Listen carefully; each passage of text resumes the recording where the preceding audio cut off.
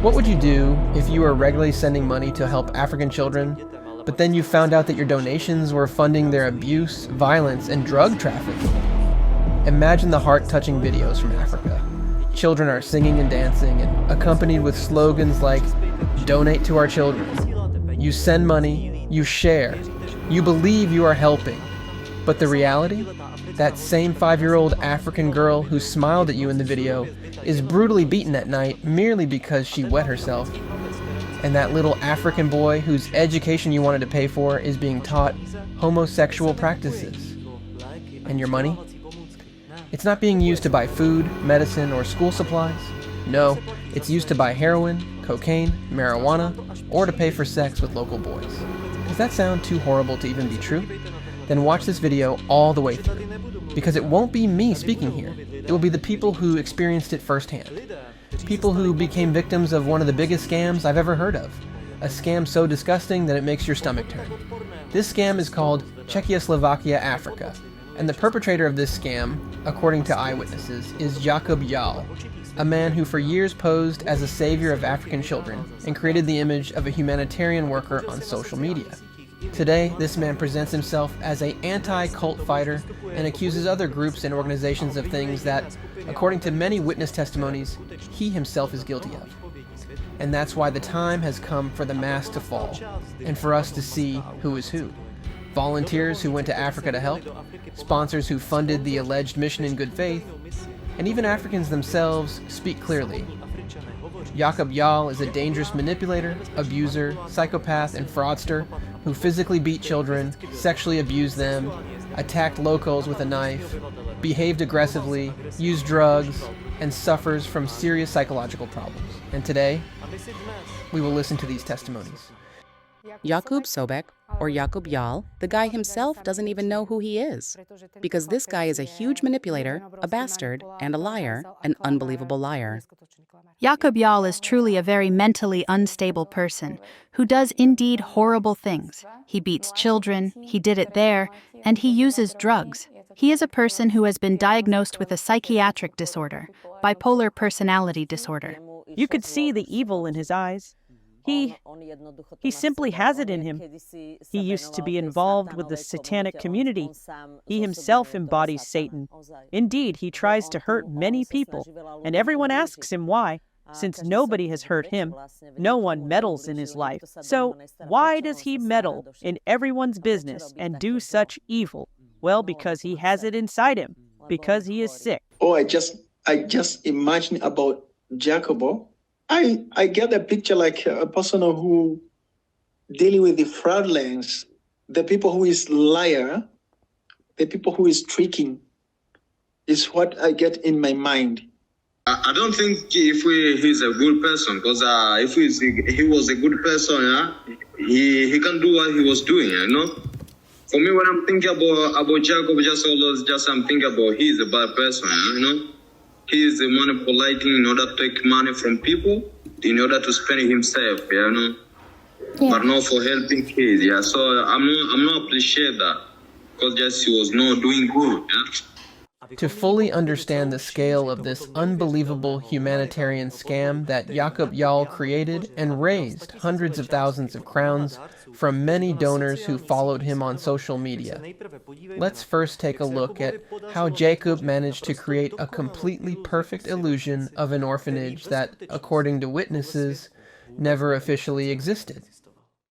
She had always dreamed of going to Africa to help. At first, she wanted to go through some Salesians and so on, but then she came across something somewhere in the Czech Republic that looked like they had their own orphanage, some Mr. Jacub Jahl, and he was looking for volunteers over Christmas. So Tanečka signed up, went there packed with suitcases, all happy. They arrived, and there was a big orphanage, a huge complex. She sent us various videos and photos. So it looked like the guys were really capable, that they actually cared about the African children. Everything was great until the first problems arose. And that was because my daughter is kind of a rebel and became friends with some of the teachers there. And in the end, it turned out, confirmed even with Joseph, that the orphanage didn't actually operate at all.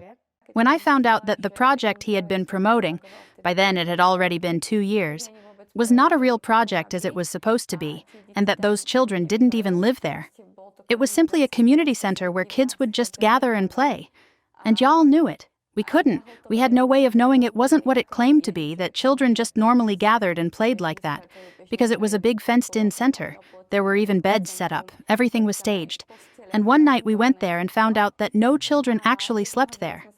That's when we realized that this wasn't a real orphanage, not the way it should be. And back then, I believed him.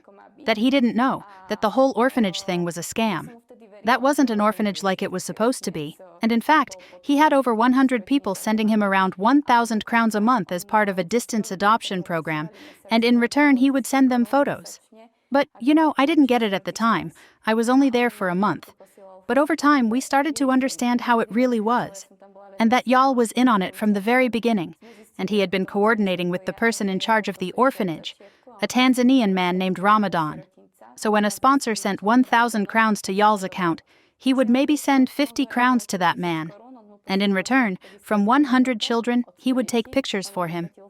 Just grabbing kids off the street, because for a lollipop or some candy, a child will pose however you want. And the money was left to him. But for example, I saw when we arrived at the orphanage, he didn't care about the children at all. He had no regard for them. He simply wasn't kind or nice towards the kids. He only saw money in all of it. He just needed to film some videos with children to get money from people. Because having adorable African kids in a video who are hungry and asking for food, that touches every good person's heart. And he knew how to exploit that enormously, but he simply had no feeling for those children. He wasn't doing it selflessly. He was only doing it with the goal of getting money from people, so he could have something to live on.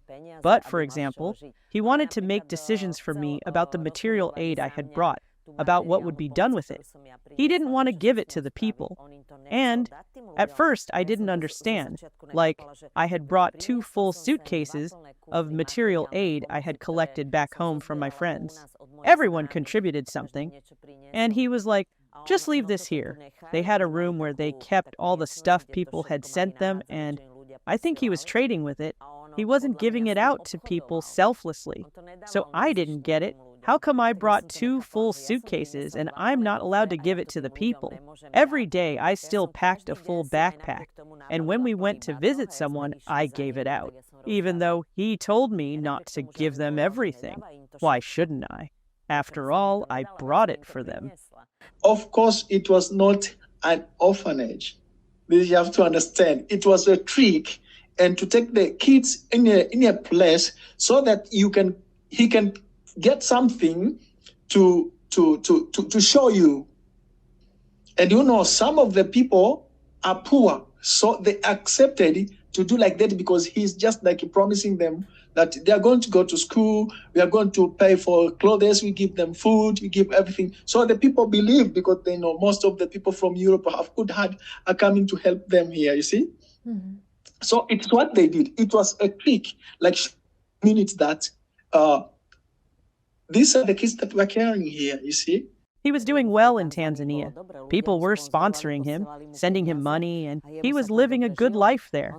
He was renting 2 houses, for example. When he was in a bad mood, he would leave one house and go to the other one in the city. I think it was an apartment or something like that. He was paying boys there for sex with that money. He was having money, and he was believing that he can control African children, African leaders, because of the money he collected from you. You know that he using kids to collect the money. I was contributing to the equipment to run the orphanage so that the children would have food and enjoy school and so on. Money was being sent to Jacub, well, actually not to Jacub personally, but to the Czech-Africa organization. It was a transparent account. Tanička also had no direct access, but the card was only held by Jacub and Martin Chicho, but the account statements showed how the money was coming in. But there was always too little money. It was like they bought this and that, equipment, and so on, until I finally told Tanička that this was unbearable, that it wasn't possible to keep sending money all the time, that it just didn't make sense to spend that much. And that's when she started having serious conflicts with Jacub. So only after some time, when he could no longer keep pretending, because people like this can pretend maybe for a few months, but eventually their true nature starts to come out, that's when I started to find out how things really had been before, and that he was stealing the money for himself. That's when we realized that the orphanage wasn't what it was supposed to be. When we found out, at that time my parents and Mrs. Monika Katunska sent us enough money so that we could buy a house. It was mainly my decision, since it had been sent to me as a gift from my parents, so I decided, let's buy the house. And Mrs. Monika Katunska joined in. I really hope this reaches the sponsors, those who were sending money in good faith. But he used to say about them that they were fucking white people who would send money anyway, because they felt sorry for Africans. But sometimes also he were like teasing the guys who are sending money. Like, you know, we are doing this and this. We're expecting to get more money. The more, I don't want to insult here. More man, like something like that one, you see? They did help a little bit, but it was just crumbs, since everything in Africa is very cheap. Yes, they did buy some food and a few things, but it cost just a few crowns. But the hundreds of euros, or Czech crowns, they were receiving, maybe even thousands, I don't know. They used all of that for themselves. They lived in abundance. They indulged in everything. Alcohol. Jacub definitely used that money to pay boys for sex and for drugs. Every time money came in, the first thing they bought was drugs. That was the priority. They were always high, every evening with some kind of leaves or whatever. They don't have a passion to helping kids, but they was need only to spend the money for the kids, no? I know, he was buying drugs on the street, you know. And with what has just been said by the witnesses, we are now coming to a subject that I personally find so repulsive that I didn't even want to believe it at first. The fact that Jacub Jahl publicly called on people via social media to send financial donations to an orphanage that never officially existed is itself a disgusting scam. But what happened next with that money goes beyond all boundaries of humanity. Because, as was already partially mentioned in the Eyewitness testimonies, Jahl was using money intended to help children to buy drugs and pay for sex with African boys. But that's not all. The absolute worst part is how Jacub treated the children themselves. According to the testimony you're about to hear, he physically abused them, he taught them homosexuality, he beat them, he humiliated them, and he destroyed their souls. And I can tell you, quite frankly, when I began uncovering these disgusting details about Jahl's mission, I had no idea that I would uncover such a horrifying abyss of evil. In fact, I had no idea that a man could actually sink this low. He was telling me a lot of things, Even about Czech-Slovakia, he was telling me that he have a big conflict in Czech-Slovakia. Government found him. He was telling me like he's a big drugs, you know, over there. He do a lot of things over there, you know. He did a lot of things. He killed people sometimes, you know. Yeah, like I don't know, but if he was doing that. Yeah, he told me that, but I just haven't. At the end of the time, just haven't believed if he was doing that. So, yeah, he lied everybody over here. He lied everybody over here. At that time, we met with a Tanzanian official, and when we arrived, he showed us a thick file. It contained all kinds of records about Jacub Jahl and Martin Chicho, documenting how they were involved in illegal activities in Africa. There were suspicions that they were abusing children in Africa, promoting Satanism and homosexuality, which is illegal there. They were beating children, using drugs and other addictive substances, marijuana and even harder ones like heroin, cocaine, right in front of the kids, and how they were doing crazy things even in public.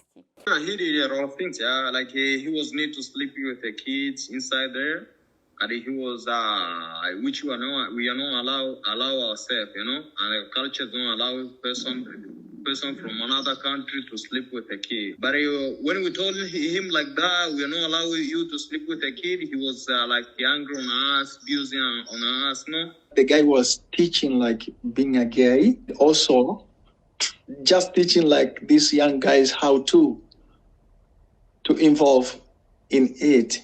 Sexual issues with the kids, teaching them like doing this and this, and at the end of it was like, I was like wondering, that's why didn't we know this earlier? Maybe we could report quickly, but it was too late because we came to understand after we have been cut out our relationship with him. So I was very sad about that one, of course. When a child cried at night in the room because they were afraid of the dark, and I'm talking about children who had trauma, children we had found on the street, who were starving to the bone, who had parents that sexually abused them or physically mistreated them in other ways, these children were afraid to sleep in the room at night because it was dark. So when I allowed them to leave the light on, Jacub came and randomly picked one child, since we had 4 little girls in one room and 5 boys in another, and he beat that child in front of the others, with a stick or something similar, sometimes with his bare hand. A small child. These were 5, 6, 7-year-old kids. And he told the others that if they cried, he would beat them the same way, a completely random child. That was one thing. Another was, when a child wet themselves, he took them to the shower, sprayed them with ice-cold water, and then beat them as well. Jacub, he was coming as a support of the center, but he was coming with different ideology, with different things. It's like, I don't know what I can explain, but it's like something which is not really in our African culture. He was collecting a lot of money, but he didn't tell us the truth. And a very, very, very big mistake he was done to our center. He was teaching the small kids to do something is very different to our cultures. Like, I don't know what I can say, but it's just like boys and boys to be fucked with them, fucked each other, something like that. I can confirm it through the 2 kids which he was taking it from Dar es Salaam. One of the kids is called Abdul. Abdul, he was taken from Dar es Salaam to Mosh, and he was living in our center. We take Abdul to the primary school, and at the primary school, he was starting to do something like that. And when we was trying to punish Abdul, he was telling us he was taught by Jacub. When he was working at Nature and Skills Center, he bring 2 kids called Abdul and Exaudi.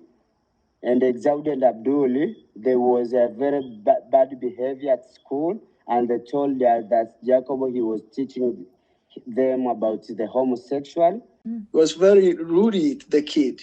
He could force them to do things not in a good way or in a good manner to the kids and something like that, you see? Many times, even before they did anything, when someone said, "Oh, Jacobo is coming," the children were filled with fear. You could see it in their eyes. They would start trembling. He was sometimes slapping them, sometimes beating them, you know? And I think his purpose was not for carrying the kids at the end, because after showing that this is a very serious issue, he decided to quit. It means that there was another agenda that he had, maybe to get only money and doing the other issues, you see? He used to beat the girls much more than the boys. And maybe that came from some kind of hatred he had, even towards little girls, 5 or 6-year-olds whom he beat really brutally. Probably because his mother didn't give him enough love when he was little, and she kept going through men. He laughed about it. He used that money to buy those African boys for himself. That's why he was renting the house where we were staying, supposedly as a community, as a mission. And then he also rented another place in the city center, in Moshi, where he would go to enjoy himself. When he wasn't in the mood to deal with us, he would leave and sometimes be gone for 2 days. One day, Jacub, he came over a lot of money, and he wanted us, me and Ramadan Jah, to support a homosexuality. Nevertheless, he didn't give us that money.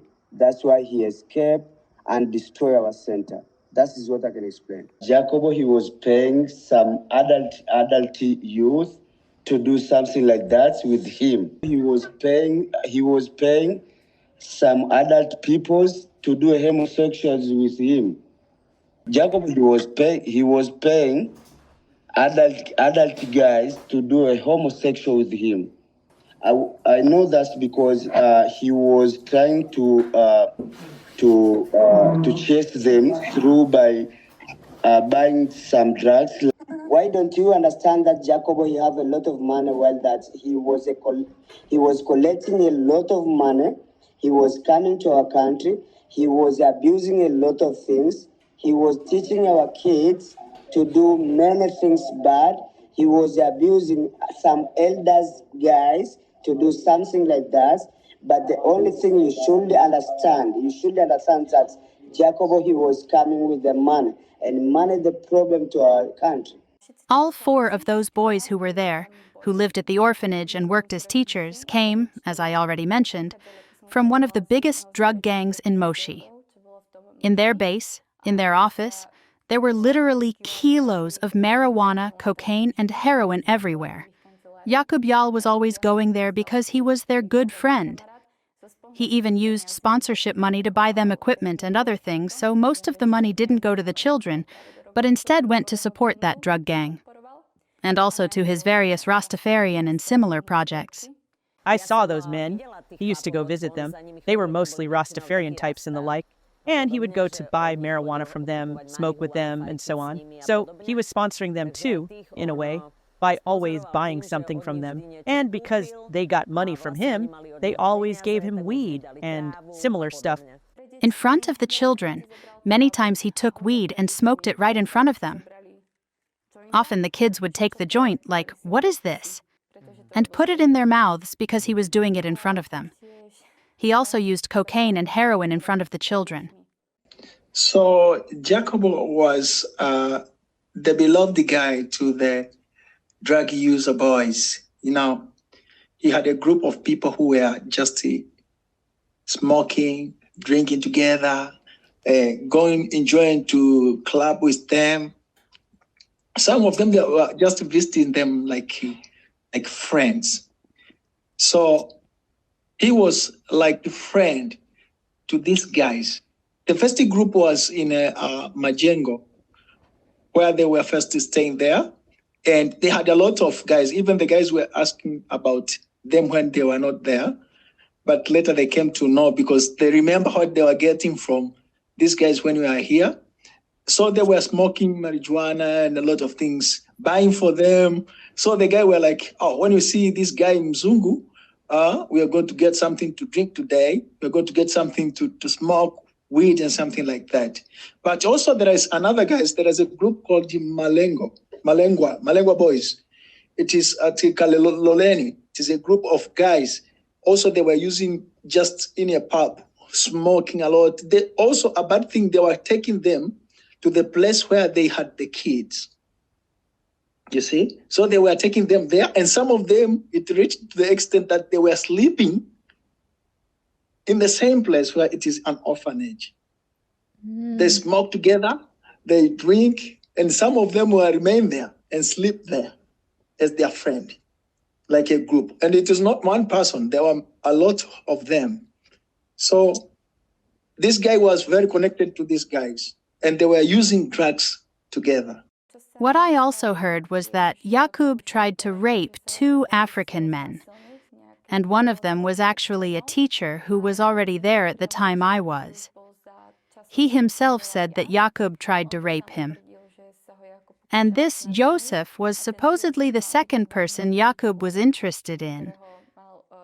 So he allegedly also tried to abuse him in some way. I met Joseph at the mission.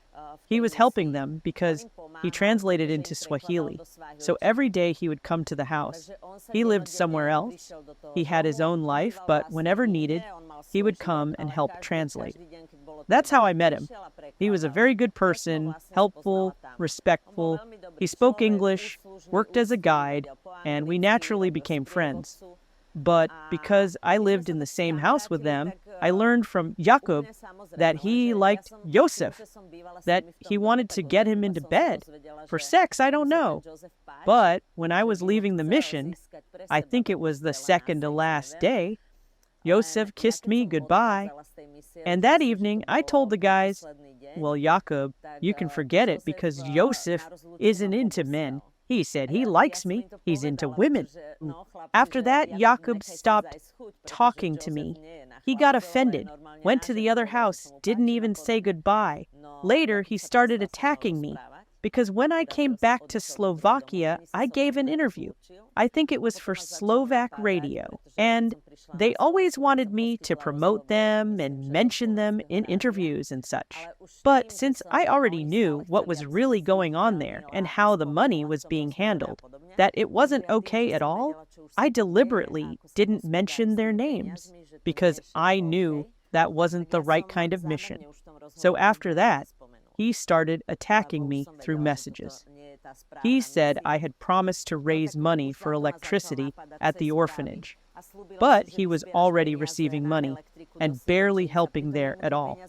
He was using that money for himself, and yet he wanted me to organize a fundraiser for electricity. My friend, he's one of my friends, because it's him who was sleeping with him there inside. And he was trying to treat him, can we sleep together? I have a lot of promises. Up to sometimes he was giving him some money, He was giving my friend money, in order to do what she's like. But my friend was trying to ignore him, And then he was forcing him much in order to fighting him. And he was, after midnight, my friend midnight was being out. He was want to go to sleep another place, But we talked it, we saw with something like that, yeah. So he was doing a lot of things which are shit. A lot of things just I can't talk about. They was sleeping inside together. So here you see what people who experienced Jacub's mission firsthand have to say. While donors were regularly sending money to Jacub's account, believing they were helping to create a safe home for children, Jacub Jahl was living a completely different life. The humanitarian worker from social media was, in reality, a violent abuser and a predator.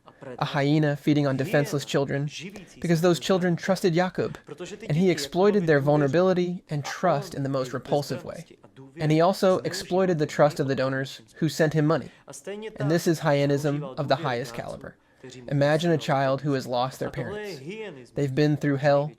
They barely have anything to eat. They're living in horrific conditions, and then someone comes along promising to save them, but instead ends up destroying them even more. And throughout all this, that person keeps posting status updates, taking selfies, sharing emotional videos, asking for more money, begging people to donate for his children. But in reality, they were never his children. No, they were his victims. And it didn't stop with the children. Jacub Jahl's victims also include people like Tatiana, her mother, Monica, and other sponsors, volunteers, and local Africans.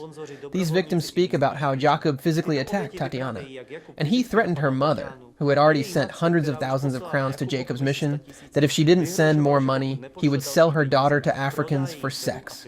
Moreover, in Tanzania, Jacub attacked locals with a knife. He yelled. He was aggressive. And when he had made enemies absolutely everywhere, Jacub had no choice but to flee Tanzania. And according to witnesses, he can no longer return there. And do you know what Jacub did after fleeing Tanzania? He did exactly what any psychopath does. He turned all the dirt against other people. On social media, he suddenly started presenting himself as the victim, as a poor guy who was supposedly robbed by Africans, as a man who had his orphanage stolen from him, and then he began destroying the lives of those who knew the truth. He slandered Tatiana, Monica, and others on social media in the most repulsive ways. He made up his own fake reality about the entire mission in Africa. He lied constantly. He sent threatening messages. He attacked people online. He turned others against Monica and Tatiana. He smeared honest sponsors and volunteers, people who, unlike him, didn't go to Africa to use drugs and abuse children, but went there to genuinely help. And Jacub Jahl is still doing all of this, just in a different disguise. He's no longer a humanitarian activist. Now he's a so-called expert on cults, spreading hatred, lies, and smearing organizations, associations, schools, and groups that, unlike him, actually help people, who actually do something for children, for people, and for our world. But we'll get to that. For now, listen to the testimonies of those who describe how Jacub destroyed their lives and how he reacted when his lies were exposed. Many times when I stood up for the children, Jahl would roughly push me away or attack me. So yes, me too. I often had a bruise here on my arm. Suddenly, did Jacob also physically attack your brother? Yes, with a knife. With a knife, yes. with a knife. With a knife. When my younger brother went there, Jacub was furious, speaking with a loud voice, and he forgot everything that my younger brother did, I did for him. It was like, now, I don't, just like they want like fighting with knife. He was catching a knife, he was trying to attack one of my friends, But I just, he was smoking weed, I hope. He was so high, so he was trying to attack my friend by using knife, So he was really aggressive to me because myself, I'm not, I can say that I'm educated, but somehow I understand things in this world. So he was really aggressive to me because I was knowing some of the things which is wrong, like collecting money from his government, and he's spending a small money to the kids. I don't know what I can explain, but he's really aggressive to me. Here just we don't need hitting anybody. He was taking people sometimes he was taking people like a dog, I hope. No. A city senator helped us, but I remember at the time, he asked how things would be settled. And he looked at me and said to Jahl, well then I want her. And he really meant it. And Jacub said, all right, then you can have her. I said, wait, he's not joking. But Jacub said, don't worry, he is joking. In the end, everything was sorted out. But one day when I was there, alone, I should add, that senator came into the house with 2 men and told me I had 5 minutes to pack my things. At that time, Jacub and the children were on a trip. They returned just a few minutes after they had stormed into the house. And I said, now what? Jacub dialed and called my mom. He told her she had 2 days to send 1,000 euros, or else he would give me to the Africans. He said his word was final, and he took my phone for 2 days. The first red flag was when Tanička told me how horribly he was treating me. Then, a local man helped them there, and Jacub Jahl told me that either I send the money, or he would simply sell Tanya for one night. That's when I said, hold on, enough. That was the moment when we started to form a clearer picture of both Martin Czicho and Jacub Jahl, and in the end, probably something he didn't expect. I came there with my younger daughter to check everything for myself. The Tanzanians had already noticed that the way he was beating the children wasn't right, and that the way he started treating me wasn't okay either. And even before, 2 to 3 weeks before he knew my mother was coming, and would expose him with all the evidence, he himself started stirring things up against the Africans, so he could later blame it all on them. He wanted to say he left because of the Africans. And he wanted to promote that version on social media, that it was mainly because of me and because of the Africans. But that wasn't the truth. It was because of his fraud. So in the end, he tried to pin everything on the Africans and started accusing them of stealing money from him, claiming he gave them money, when in reality he didn't. When things started getting serious, when he knew I was coming, he sent me a document where he listed beds, mattresses, and I don't even know what else. But it already seemed strange to me, like, how could a mattress be more expensive than a bed here? The refrigerator costs this much. That costs that much. Then I gave them more money for a washing machine, which they went to buy. But from that point on, they had to show me everything. I also gave money for more equipment because the children didn't have anything. And when I arrived, I was shocked. The fridge wasn't at all what he told me it would be, like tall, beautiful, whatever. It was an old, rusty fridge from some scrapyard. The children did have bunk beds, but I think in one of the rooms, there was only one. 2 children slept in the same bed, 2 or 3 per bed, and that was in 2 rooms. Another bed was in the living room. Then there were beds for the volunteers. But for the amount of money we sent, if I remember right, I sent around 6,000 euros. It was basically nothing in terms of furnishing. So when I arrived that first evening, they came to pick me up. And that's when the first conflict with Jacub started. I told him he should have already prepared the financial report. She came with the information that he had embezzled around 2 million Czech crowns over the 2 to 3 years he was active in Africa. That money went directly into his pocket. And that was just from the transparent account. Plus, as I said, who knows how much more people were sending directly to his personal account. He left.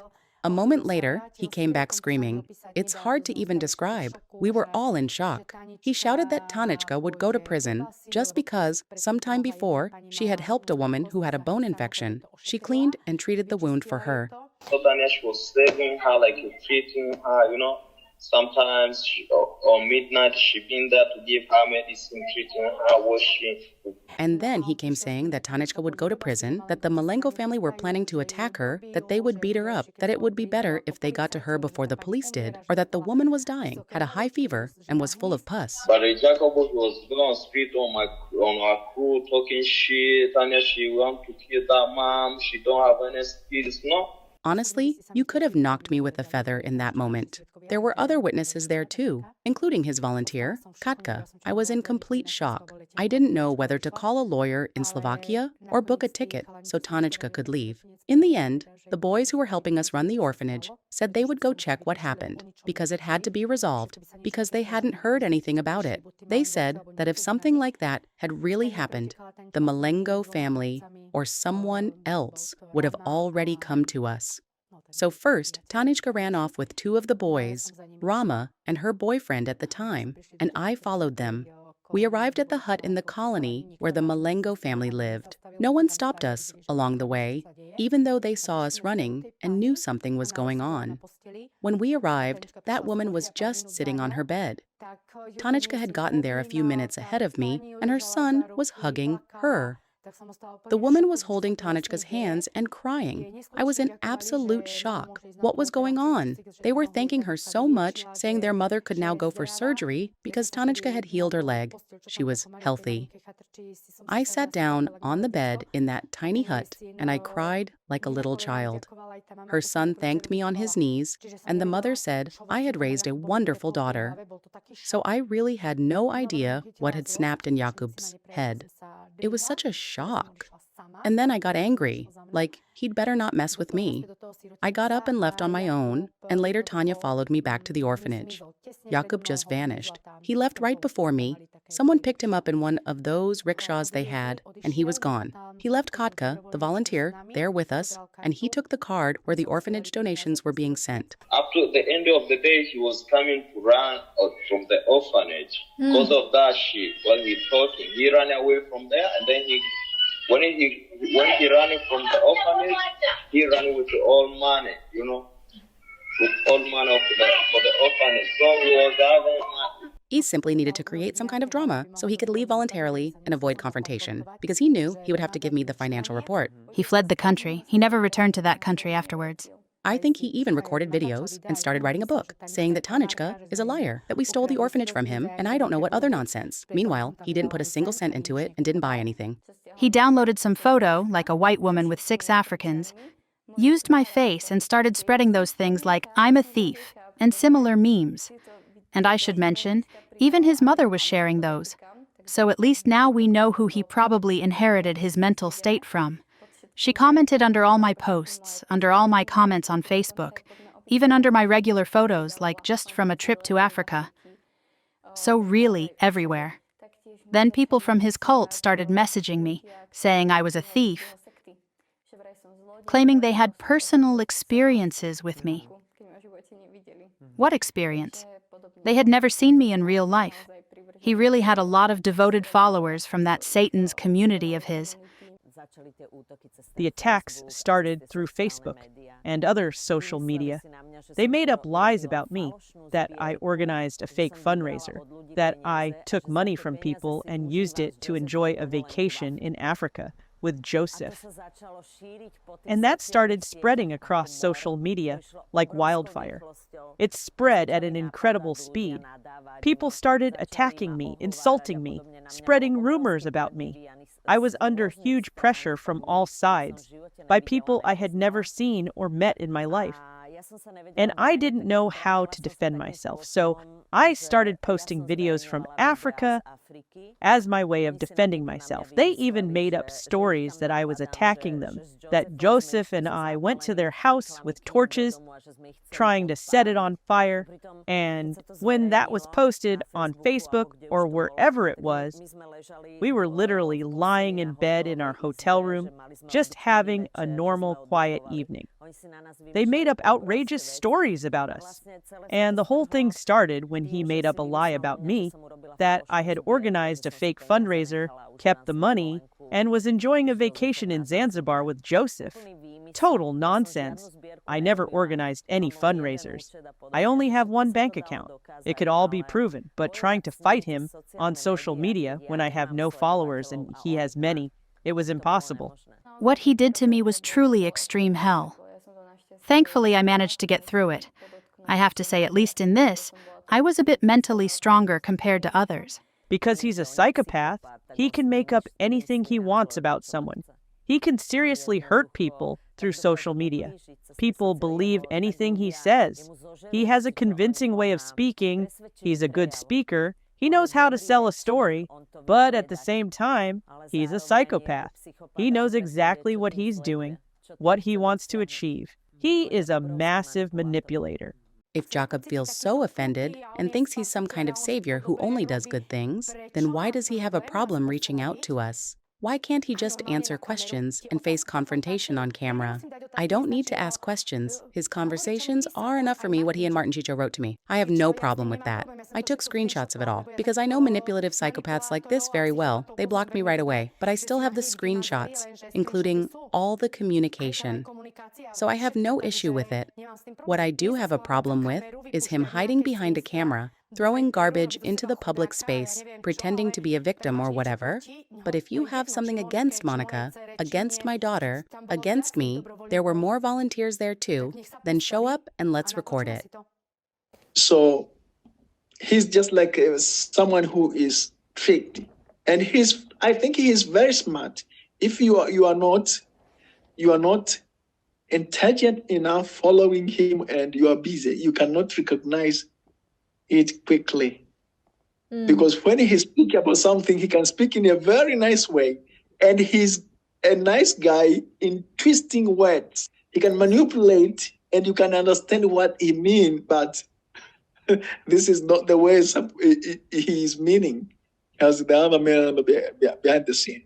Jacub should pursue a career as a writer, just without insulting real people, because the biggest scumbag there is Jacub.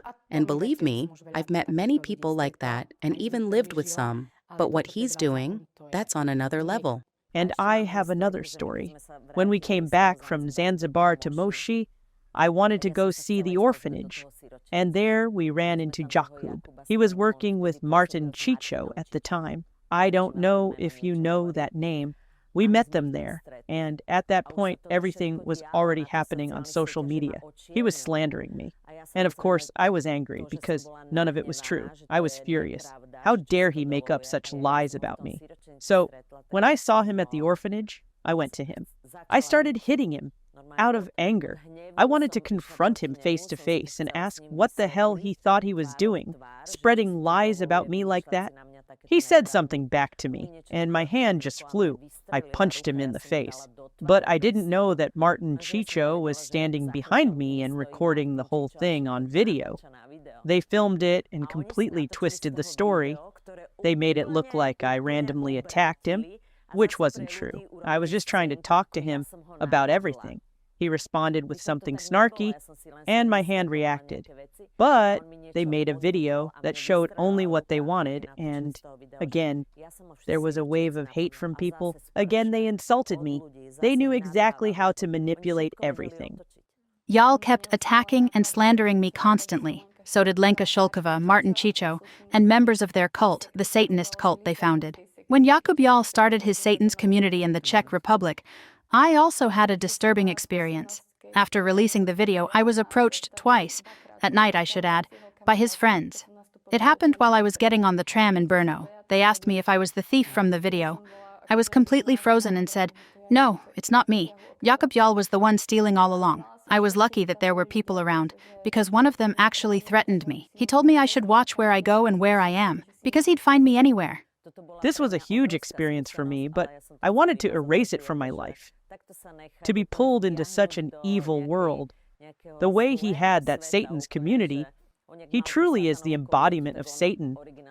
Once people find out what kind of person he really is, no one wants anything to do with him. Jacub, if you had stayed and not run away and waited for me, I don't think you'd be making videos like this anymore. Why do you talk shit about every organization? Jacub, you slander people, and now I'm looking into the camera, and you look right back at me. Look me in the eyes and face me. You're a bad person, and unfortunately, your mother supports you in it. Because when we messaged her about how you left Katka behind and how you behaved, she started to yell at us. You took money? You hid. When you found out I was coming, you bought your plane ticket in advance, because there's no way you could have gotten a ticket like that in just 3 days. You did it on purpose. You manipulate people, and every single word you say is a shameless, disgusting lie. And I'm waiting for the day when you finally grow the guts and you will be saying how righteous you are, how everyone else abuses kids, how everyone else is a thief, and you will contact me, and we will sit down in front of that camera you like to record with. Let's go live. I think there are plenty of people who would love to talk this out with you. Not in some edited, manipulated clip where you'll be crying, saying, Tanička robbed you, that she's a bad person, that she's a manipulator. What a poor little thing you were. No, you are the bastard, along with Martin Chicho. You two lived off sponsorship money in Africa without shame, and only later did I find out about the abusing. If I had known everything back then, Jacub, you didn't have to run away. You could have stayed at that orphanage. Are you really scared of one woman? That's my message to you, if you ever hear this, because you blocked me everywhere. I couldn't even leave a comment anywhere. So, everything you've just heard, these are the testimonies of people who had personal experience with Jacub. People who invested not only their money, but also their hearts into helping children in Africa. And how did Jacub thank them? He publicly portrayed them as thieves. He wrote a book full of lies and nonsense. He made himself out to be a poor victim who was robbed by volunteers and local Africans. And that is exactly how every sociopath behaves. They throw their own dirt onto others. They project their own crimes onto innocent people and organizations. So, Jacub, listen carefully. You can keep lashing out all you want. You can threaten. You can attack. You can mobilize your entire former satanic cult. If there's even anyone still loyal to you besides Martin Chicho, even a former member of your cult, Svatopluk Hisek, confirmed that it was you who constantly manipulated people, acted aggressively, and was paranoid. Still, go ahead and keep presenting yourself as a victim on social media. If you've got the stomach for it, go on and make decent people, who sent you hundreds of thousands to help children, look like thieves. People whose money you turned into drugs, people whose trust you betrayed in the most vile way. And go ahead and threaten with lawsuits too. I'll gladly make the trip straight to Tanzania, and believe me, there are more than enough people who are ready to speak the truth about what you did in Africa. But I just want to say this. This video wasn't made to smear you, Jacub. No. It's you who has been smearing a huge number of people for a long time, including me and my girlfriend. And this video was created because I wanted to know who I was dealing with. I wanted to know who it was that invents disgusting and depraved stories and spreads hatred wherever he can. I even wrote that to you back then in the comments under one of those awful posts you shared. But I had no idea how terrifyingly close to the truth I was. And then, when I discovered the website of your former satanic cult, which you led, and where it says, quote, "Sex is the divine path, not damnation. If heaven were real, we would fuck our way to salvation. Sex is the path to eternal life. Orgasm is a taste of eternity." That's when it started to click for me. That whenever you accuse other groups of certain practices or all kinds of things, you're actually talking about yourself. And believe me, this video is only the beginning. There are many people who can speak the truth about you. And so I'm calling on everyone who has any personal experience with Jacub Jahl, everyone he has hurt in any way, lied about publicly, destroyed their reputation, write to the email kadojjahl@post.cz, and to borrow your own rhetoric, Jacub, I'm doing this for your own good. After all, you claim that you do everything because you just want to help cult victims, but you seem to have completely forgotten one thing. The person who truly needs help is you.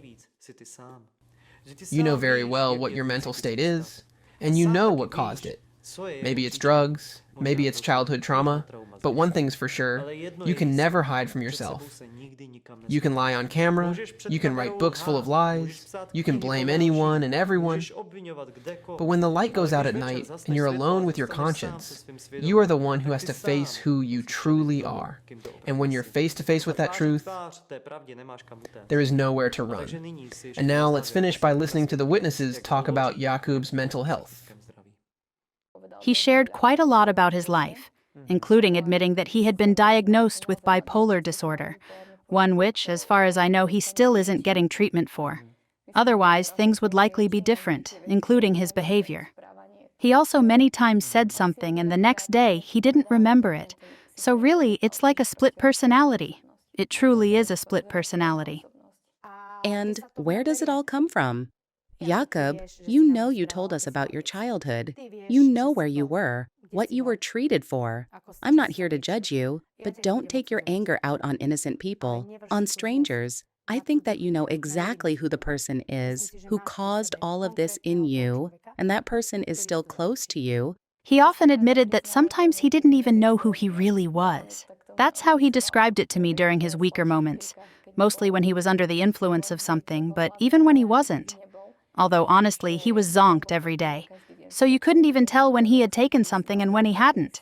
He said that sometimes he didn't know which person was inside him, because he truly had two personalities, maybe even more. But I think he even publicly bragged about it, that he had it really tough and so on. But I don't think anyone really has the right to comment on his life. Who did what? We're not qualified for that. I can only talk about what I personally experienced. This is a sick person. He only looks out for himself and can hurt anyone in any way. He has no shame, no limits. Honestly. It's all wrong. Jacub doesn't confront people he can't overpower. In fact, he doesn't confront anyone. He just hides behind a camera and records his silly, naive videos, which, unfortunately, he actually believes. He believes his own fairy tales. Okay, let him believe them, but he shouldn't drag innocent people into it. For example, what he said about Monica, that was pure filth. Absolute filth. And this boy isn't even afraid of the fact that Monica wasn't alone there. She had other friends with her.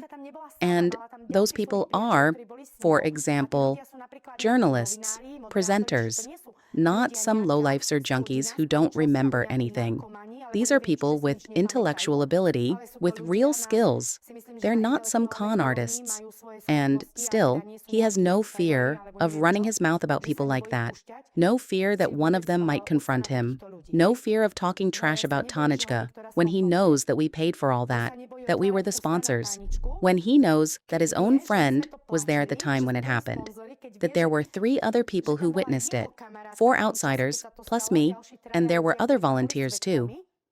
Yet, he hides behind a camera and starts recording nonsense, lies, without ever confronting the actual people involved, or writing a book.